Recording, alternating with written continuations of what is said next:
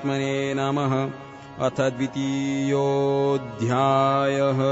संजय उवाच तन्तथा कृपयाविष्टमश्रुपूर्णाकुलेक्षणम् विषीदन्तमिदं वाक्यमुवाच मधुसूदनः। श्रीभगवानुवाच कुतस्त्वाकश्मलमिदं विषमे समुपस्थितम् अनार्यजुष्टमस्वर्ग्यमकीर्तिकरमर्जुन। क्लैब्यमास्मगमः पार्थ नैतत्त्वय्युपपद्यते शूद्रं हृदय दौर्बल्यं त्यक्तोत्तिष्ठ परन्तप। अर्जुन उवाच कथं भीष्ममहं संख्ये द्रोणं च मधुसूदन इषुभिः प्रतियोत्स्यामि पूजार्हावरिसूदन।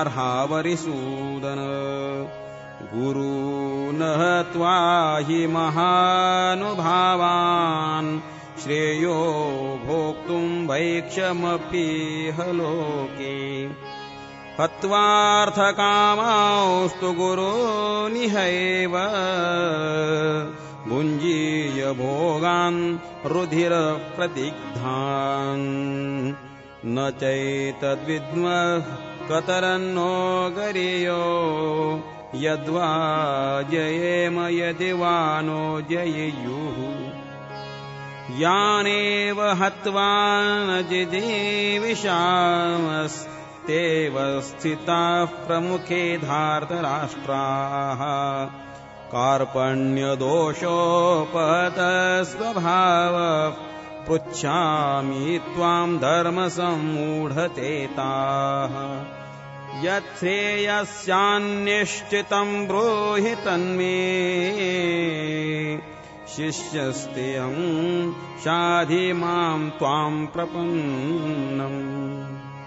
न हि प्रपश्यामि ममापनुद्याद् यच्छोकमुच्छोषणमिन्द्रियाणाम्। अवाप्य भूमावसपत्नं वृद्धं राज्यं सुराणामपि चाधिपत्यम्।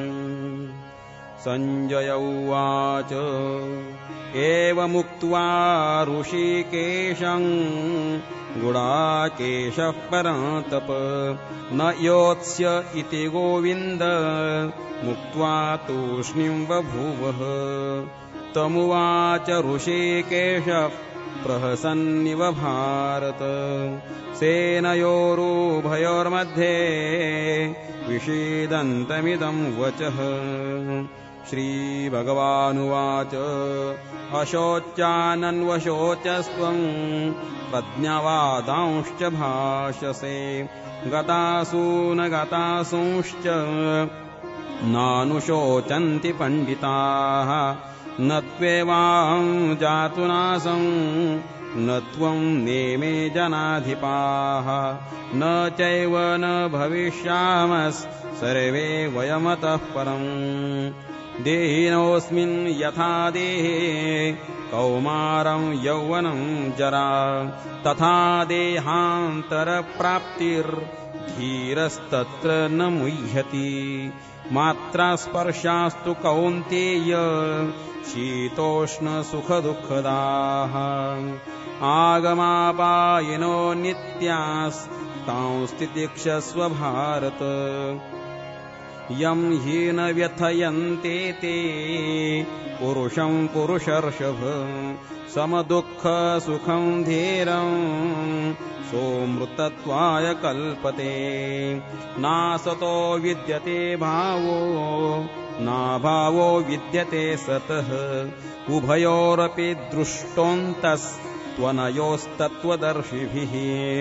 अविनाशि तु तद्विद्धि येन सर्वमिदं ततम्। विनाशमव्ययस्यास्य न कश्चित् कर्तुमर्हति। अन्तवन्त इमे देहा नित्यशोक्ताः शरीरिणः। अनाशिनो प्रमेयस्य तस्माद्युध्यस्व भारत य एनं वेत्ति हन्तारं यश्चैनं मन्यते हतम् उभौ तौ न विजानीतो नायं हन्ति न हन्यते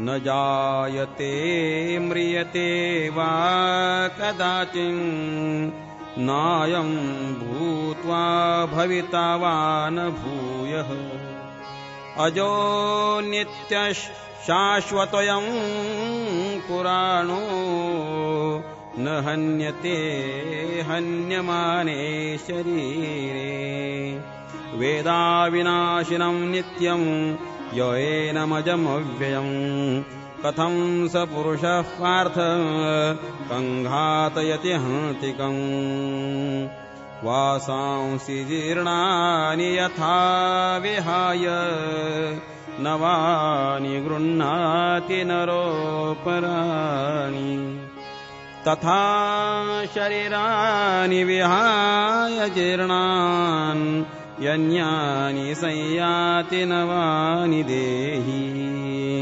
नैनं छिन्दन्ति शस्त्राणि नैनं दहति पावकः न चैनं क्लेदयन्त्यापो न शोषयति मारुतः अच्छेद्योऽयमधाह्योऽयमक्लेद्यो शोष्य एव च नित्यः सर्वगतस्थाणुः रचलोऽयं सनातनः अव्यक्तोऽयमचिन्त्योऽयमविकार्योऽयमुच्यते तस्मादेवं विदित्वैनं नानुशोचितुमर्हसि अथ चैनं नित्यजातं नित्यं वा मन्यसे मृतं तथापि त्वं महाबाहो नैवं शोचितुमर्हसि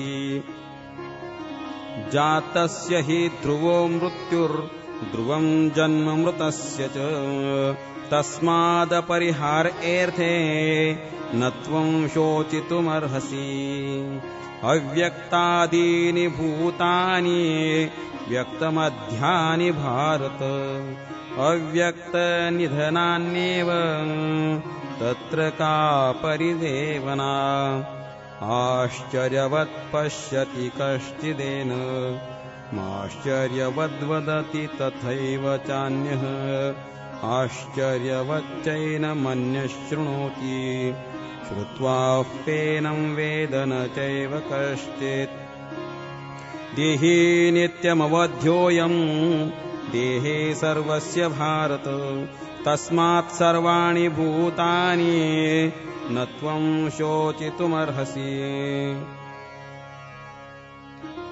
स्वधर्ममपि चावेक्ष्य न विकम्पितुमर्हसि धर्म्याद्धियुद्धात् श्रेयोऽन्यत् क्षत्रियस्य न विद्यते यदृच्छया चोपपन्नं स्वर्गद्वारमपावृतं सुखिनः क्षत्रियाः पार्थ लभन्ते युद्धमीदृशम् अथ ते त्वमिमं धर्म्यं संग्रामं न करिष्यसि ततः स्वधर्मं कीर्तिं च हित्वा पापमवाप्स्यसि अकीर्तिं चापि भूतानि कथयिष्यन्ति ते व्ययाम् सम्भावितस्य चाकीर्तिर्मरणादतिरिच्यते भयाद्रणादुपरतं मंशन्ते त्वां महारथाः येषां च त्वं बहुमतो भूत्वा यास्यसि लाघवम्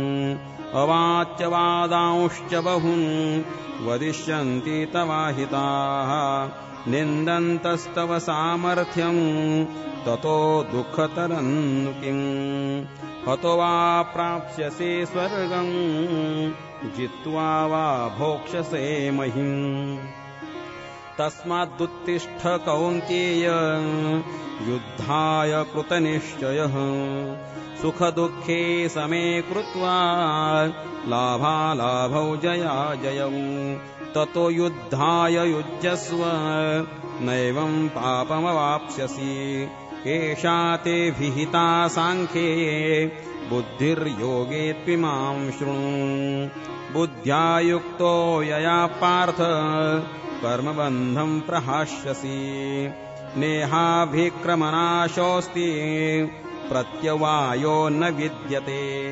स्वल्पमप्यस्य धर्मस्य त्रायते महतो भयात् व्यवसायात्मिका बुद्धिः रेकेह कुरु नन्दन बहुशाखाह्यनन्ताश्च बुद्धयो व्यवसायिनाम् यामिमां पुष्पितां वाचं प्रवदन्त्यविपश्चितः वेदवादरताः पार्थ नान्यदस्तीति वादिनः कामात्मानस्वर्गपरा जन्मकर्मफलप्रदां क्रियाविशेषबहुलां भोगैश्वर्यगतिं प्रति भोगैश्वर्यप्रसक्तानां तयापहृतचेतसाम्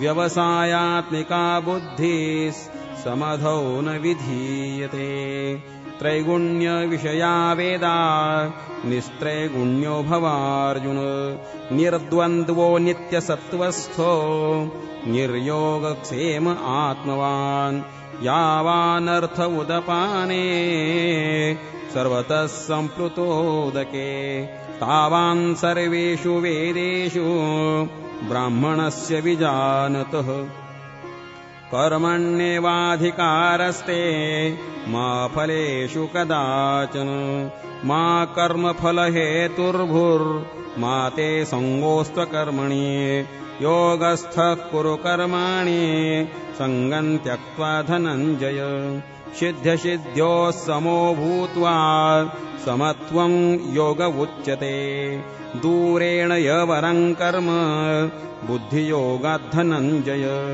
बुद्धौ शरणमन्विच्छ कृपणाः फलहेतवः बुद्धियुक्तो जहातेह उभे सुकृतदुष्कृते तस्माद्योगाय युज्यस्व योगः कर्मसु कौशलम् कर्मजं बुद्धियुक्ता हि फलं त्यक्त्वा मनीषिणः जन्मबन्धविनिर्मुक्ताः पदं गच्छन्त्यनामयम् यदा ते मोहकलिलं बुद्धिर्व्यतितरिष्यति तदा गन्तासि निर्वेदं श्रोतव्यस्य श्रुतस्य च श्रुतिविप्रतिपन्ना ते यदा स्थास्यति निश्चला समाधावचला बुद्धिः तदा योगमवाप्स्यसि अर्जुन उवाच स्थितप्रज्ञस्य का भाषा समाधिस्थस्य केशव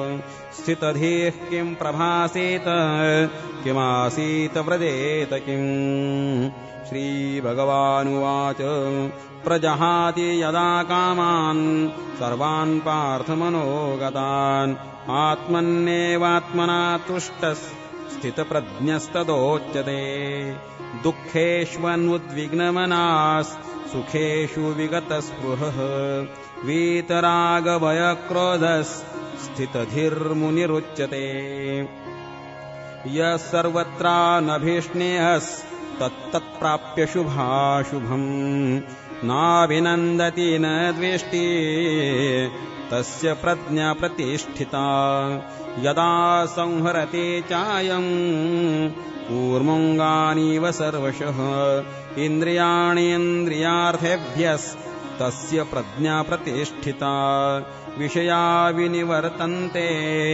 निराहारस्य देहिनः रसवर्जं रसोऽप्यस्य परं दृष्ट्वा निवर्तते यततो ह्यपि कौन्तेय पुरुषस्य विपश्चितः इन्द्रियाणि प्रमाथीनि हरन्ति प्रसवं मनः तानि सर्वाणि संयम्य युक्त आसीत मत्परः वशे हि यस्येन्द्रियाणि तस्य प्रज्ञा प्रतिष्ठिता ध्यायतो विषयान् पुंसः सङ्गस्तेषुपजायते सङ्गात् सञ्जायते कामः कामात् क्रोधोऽभिजायते क्रोधात् भवति सम्मोहः सम्मोहात् स्मृतिविभ्रमः स्मृतिभ्रंशात् बुद्धिनाशो बुद्धिनाशात् प्रणश्यति रागद्वेषवियुक्तैस्तु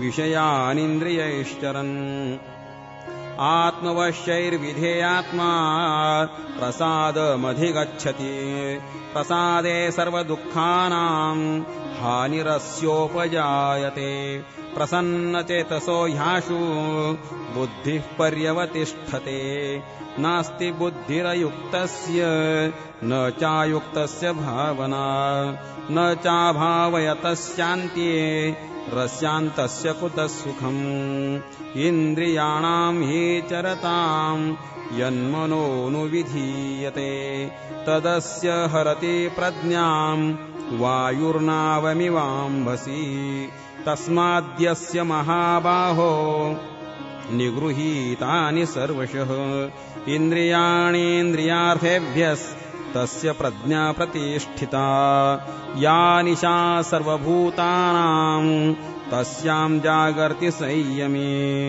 यस्यां जाग्रति भूतानि सा निशा पश्यतो मुनेः आपूर्यमाणमचलप्रतिष्ठम् समुद्रमापः प्रविशन्ति यद्वत् तद्वत् कामायं प्रविशन्ति सर्वे स शान्तिमाप्नोति न कामकामी विहाय कामान्यः सर्वान् पुमांश्चरति निःस्पृहः निर्ममो निरहङ्कारः स शान्तिमधिगच्छति एषा ब्राह्मी स्थितिः पार्थ नैनां प्राप्य विमुह्यति स्थित्वा स्यामन्तकालेऽपि ब्रह्मनिर्वाणमृच्छति ॐ तत्सदिति